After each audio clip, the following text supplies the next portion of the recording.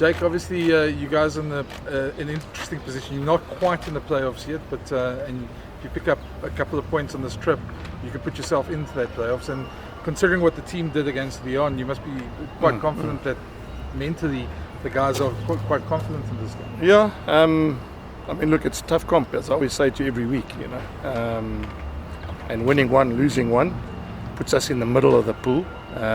So, in a lot of ways, this will determine whether or not we go through or not. Yes, I know Bordeaux has still got to come play us, but I think once this game's over, you'll know where you're going to finish in the pool. You'll definitely know whether you're in or out the playoffs, or whether you're going to go to the Challenge Cup. Yeah. I'm sure you guys are aware. So the 5th team goes to the Challenge Cup, 6th team gets a weekend off, and the 4 teams go through. So it's a massive game for us.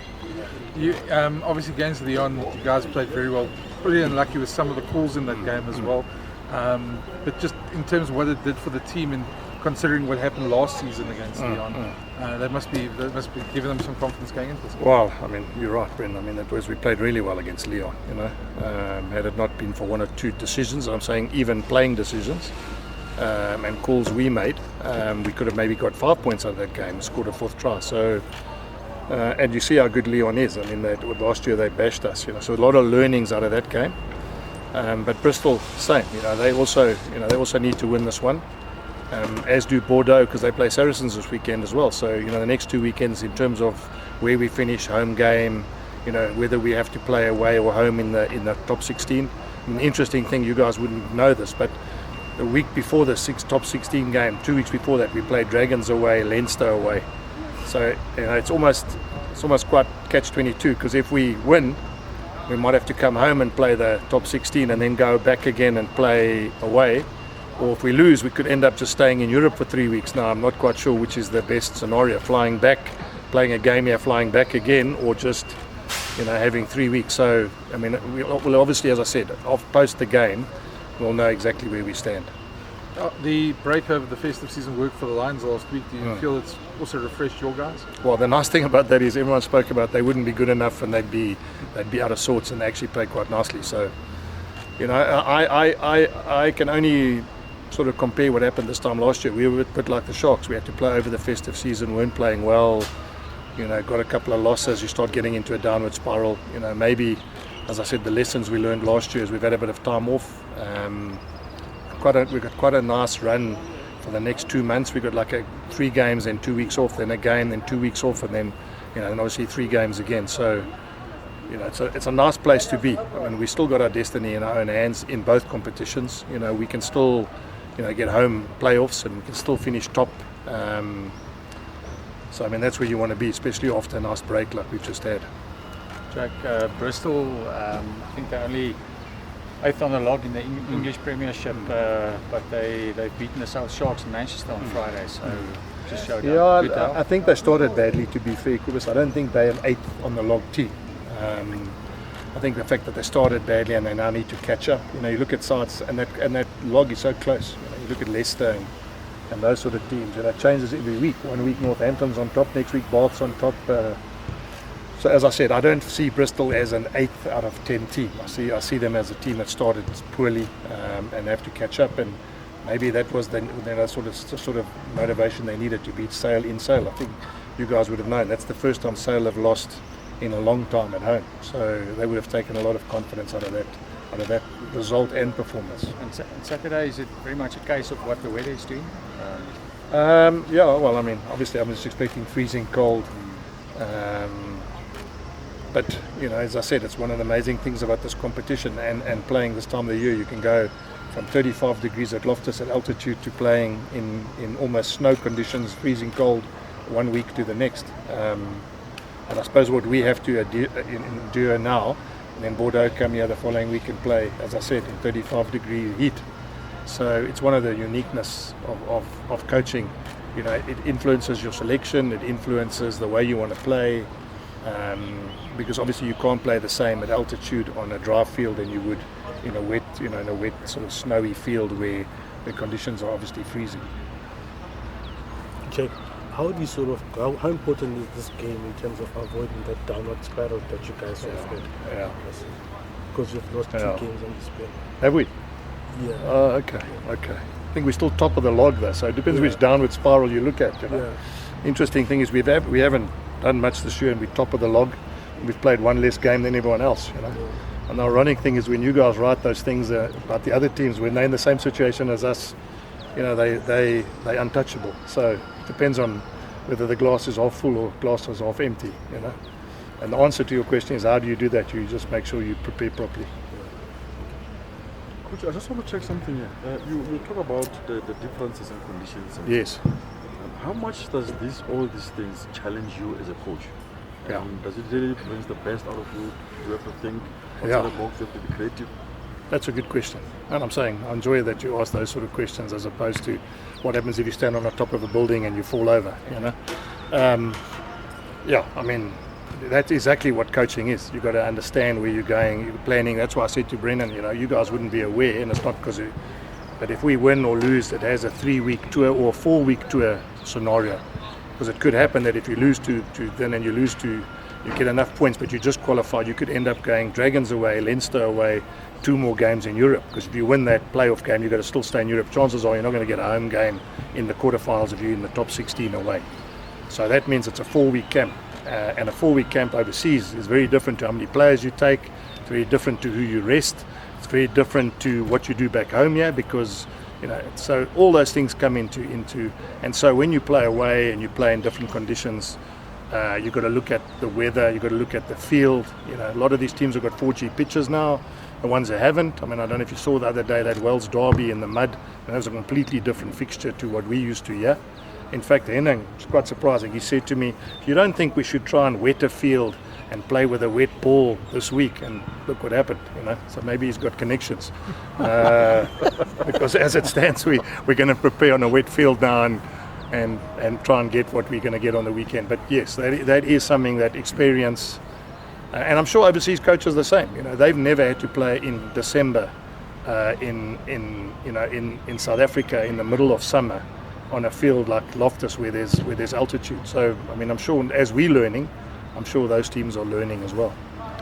Jake, is it getting a bit easier to juggle between the URC and the Champions Cup? Or not really? Kobus, I'll say this to you. It's getting easier for me to interchange my team, no matter. So it doesn't really matter what competition it is. You know, I'm very comfortable now that. I mean, I've got guys like Johannes Kirsten still got to come back. You know, he's got a long-term injury. I'm hoping in the next month or so he'd be back. Henry Engelmann's now come back, as in you saw. You know, he's been part of the mix.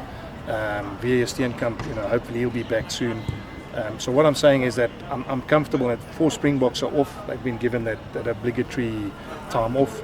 And I'm not fazed about the fact that if Sebastian de Klerk and Sergio Peterson have to stand in those roles, or Devin Williams, or you know Emmelman have to play fullback, that it's as I wouldn't say risky, but as difficult as it was a year ago. So it's not so much the competition; it's just mere fact that whether we play any competition, I'm comfortable that we can put. I mean, to put a guy like Jeff van Heerden against Leon away as a 19-year-old lock. You know, the reason I can do that is because the squad's so much stronger. You know, it's got nothing to do with the fact that he wasn't good enough, but put him there 3 years ago when Morne Smith was a 23-year-old, Rubies was a 22-year-old, Ruan Nokia was a 21-year-old. You put him into that situation, it's a hell of a different, as I said, equation to what I've got now.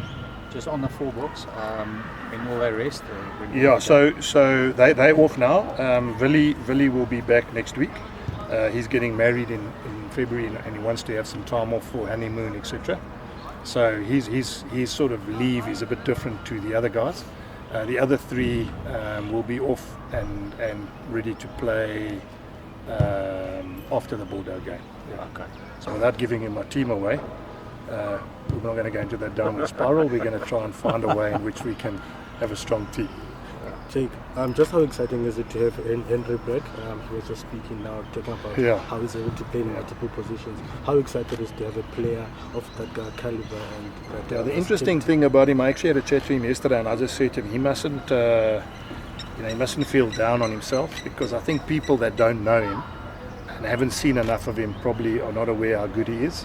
I mean, I was lucky enough, I took him to Montpellier when he was a 20-year-old guy. So I've seen him literally as a brilliant schoolboy player at Grey College, and then came in there. He can play 12, he can play 13, he plays wing and fullback. And all he offers me is not just because he's versatile. He's been around the block. He's played in Europe. He's 28 now, 27, 28. He's a bit older. It brings up the average age of my squad. And that's what I've been pushing for. Is I'm happy to pay the school fees with the youngsters like Ruan and Reinhard Ludwig and Cameron Hanekom and Jan Hendrik Wessels, but I really need those old wiser heads to come back to the club as well. So, I'm hoping this is the beginning of him getting on the field and obviously showing what he's good at, because as I said, I rate him really highly. Jake, just on the fact that the 3 Boks are going to be back after Bordeaux. Yes. Does that mean that I'm going to be not? Yes. You sort of almost not going to use them for the European Cup, that you're focusing more on the URC.